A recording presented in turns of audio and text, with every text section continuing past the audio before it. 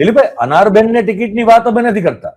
અમે તો એમ જ કહીએ છીએ કે અનારબેન માટે તો હજી દૂરની વાત છે, પણ નરેશભાઈ હવે ફ્રી થયા એ સેન્સમાં.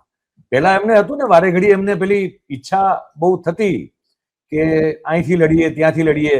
તમને તો યાદ હશે, તમને બંનેને ખબર યાદ હોવું જ જોઈએ, બહુ દૂરની વાત નથી આ. બહુ હું જે કહી રહ્યો છું બહુ જવાબદારીપૂર્વક કહી રહ્યો છું.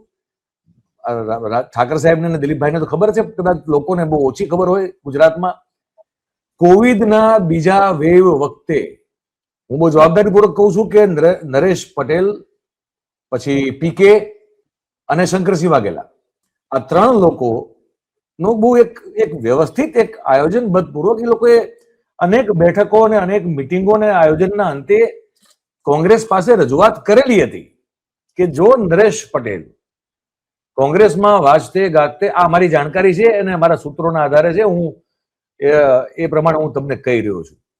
આ કોવિડના સેકન્ડ વેવ વખતની વાત છે, બહુ ખતરનાક વેવ હતો, એને આવા ગાળાની વાત છે કે જો નરેશ પટેલ કોંગ્રેસમાં વાજતે ગાજતે પ્રવેશ કરે તો પીકેની ગેરંટી એવી હતી કે ભાઈ સરકાર બની જશે, આ સરકાર ઉખલાવી નાખશું, કઈ ભારતીય જનતા પાર્ટીની સરકારને. અને બાપુ જે છે એમાં સંપૂર્ણપણે તમામ જેને કહેવાય ને કે રણનીતિકારની ભૂમિકામાં પીકે સાથે ગોઠવાયેલા હતા.